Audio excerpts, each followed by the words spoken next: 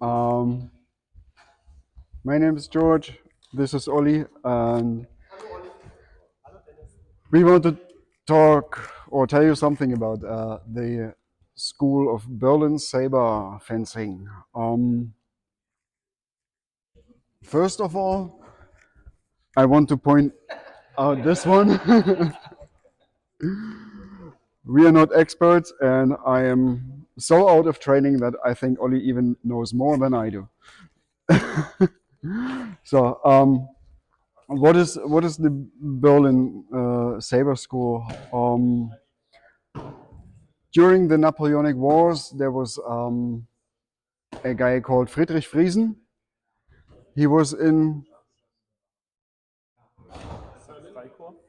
some Freikorps. That's the word. He was in a Freikorps and fought against Napoleon. And after the wars, he was one of the founders of the Deutsche Turnerbewegung, and he implemented saber fencing into the Turnerbewegung. And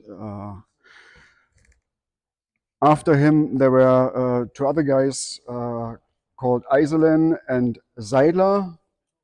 Eiselen was the first one who wrote anything down about the Berlin system, and Seidler was one who implemented it in Prussian cavalry, and he was teaching. And Seidler was a cuirassier in the wars against Napoleon, and we will focus more on the descriptions of Seidler than of Eiselen, because we looked more into Seidler. It's pretty thin, the book, and it was like transcribed by Gerhard Gore, some guy from Krefeld, who is actually the expert in Germany about Berlin School.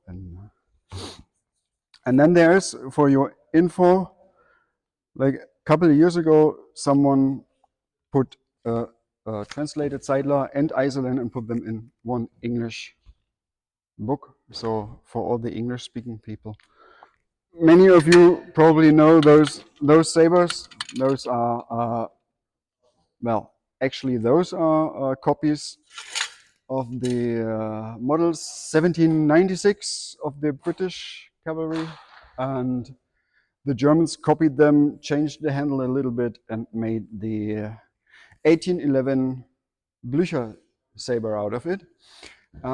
Those are sabers actually used by Seidler and other people for the system.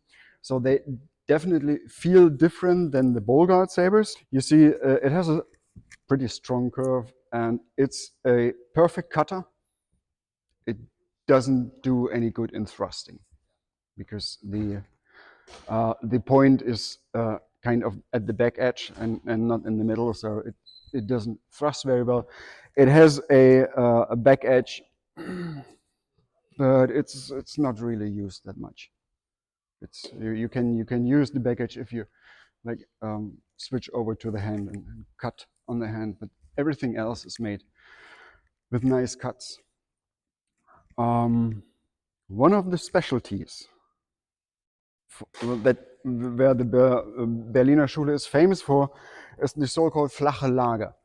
That means that you do not stand in a guard like this or in a guard like this, but like that. So your basic stance would be normal standing like this, then draw your saber and put one foot forward. The rear foot just gets a little bit turned to the side, and you go into the flache Lage. When you have your fencing line, you're not standing on the line, but you're roughly in a 45-degree angle with your front foot.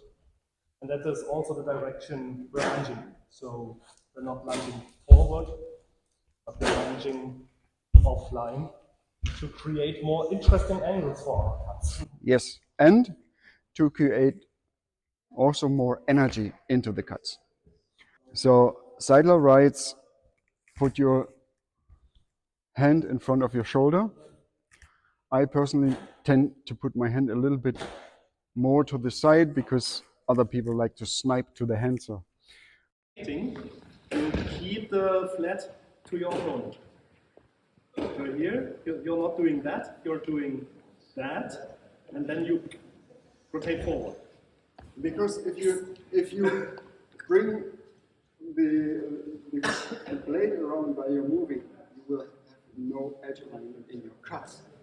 For training those, for training sharp cuts, so he invented such a disc with slots in it that has to be mounted on a wall, and the slots are about this wide, and you just have to hit them. So it's for training of edge alignment that you do not mix up cuts. Yeah. Yeah, okay.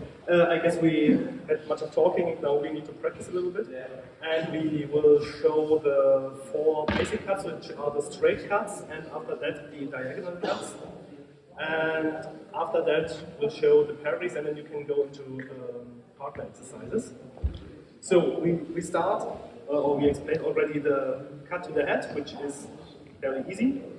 And then we go here, to the snap cut.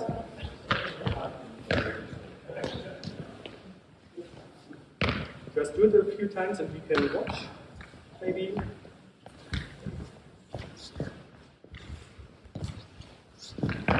Try to stay flat while rotating 2 minutes. Yes! Yes, that's right. And then you have to align your saber because you're stepping to the side. When you have it in the right hand, then lunge to the right side. Sorry.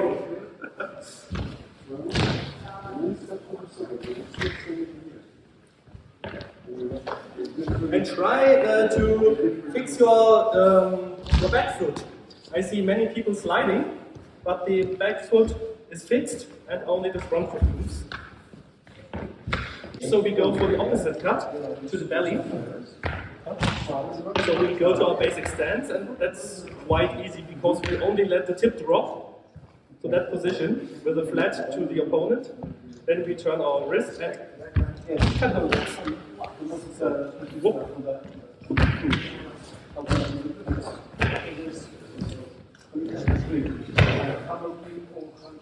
And basically you can come into the flache Lage, into the flat position by relaxing your thumb. If you relax your thumb, the blade will drop. And then questions about that? Yeah.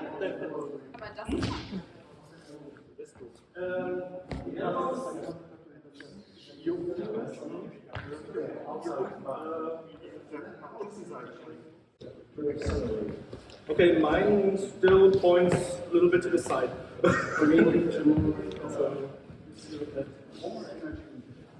Here it's very stressful for the shoulder.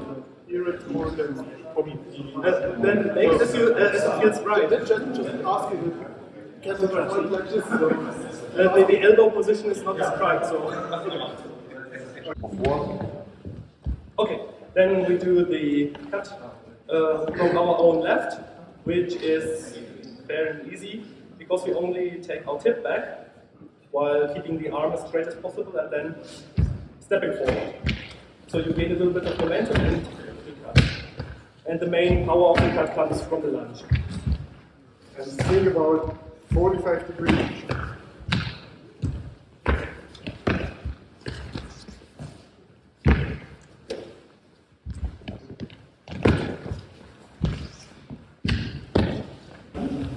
You take the point back a little bit in the direction of the ear. And then you run.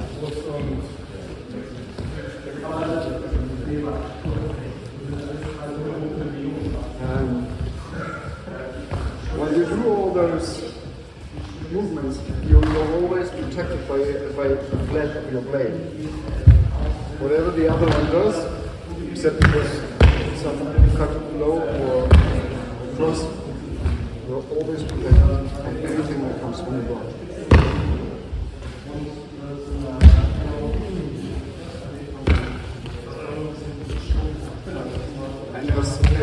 stupid as it feels to put your wrist like this, if you have your knuckle down straight up,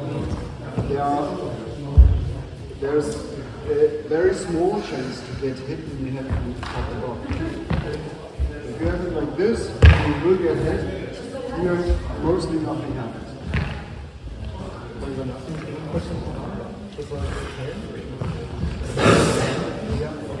So, okay, the last straight cut is the cut from our own right side, and in that case we use the rotational point again, so that is mainly fixed, and then we go to that position. And if you do that statically, it's quite annoying. If you do it in a fluid motion, then it's okay. So you turn around the pivot point to a horizontal position, and then you cut.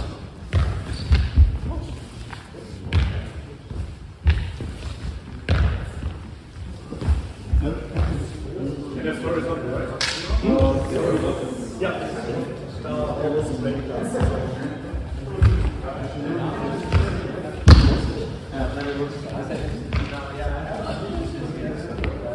Try to keep it flat and only turn sharp for the lunge.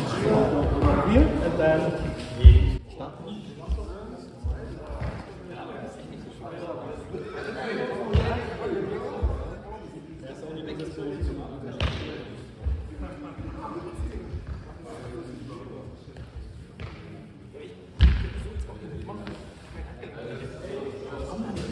the parries are luckily for monkeys, that's really good.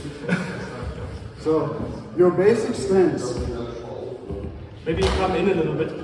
is actually a really nice guard because it's basically one of your first parries. So, if I want to attack the outset, I go and he only lifts the point. That's pointless. And that's just that movement. So I do the cut.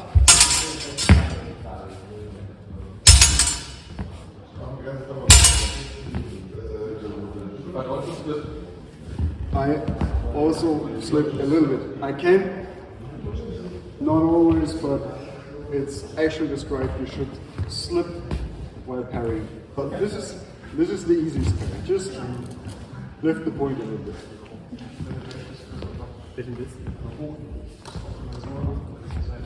So the second parry is for the cut that goes across the chest.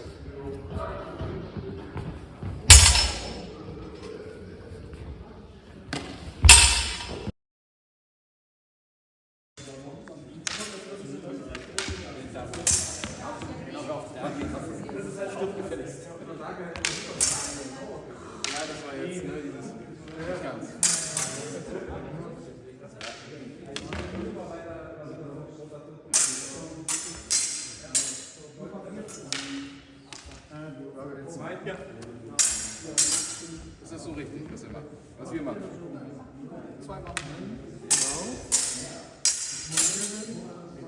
Du gehst komplett um deinen Kopf. Also du gehst vorne, gehst hier einmal rum, gehst dann in dieser besendeten Position kurz und dann Du bringst die Rotation vom Handgelenk vorwärts mit dem Hintergrund rein. genau. Also ich bleibe quasi so lange stehen, bis ich scharf drehen will. Und dann nehme ich halt die Bewegung des Handgelenks mit dem Bein mit und kriege dadurch eine Kraft. Das ist meist die meiste Kraft.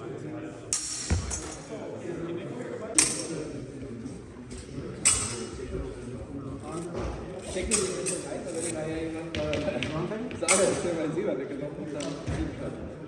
Ja, wir können auch machen, mal der erste Mal. Ein Moment, ein bisschen Moment lang.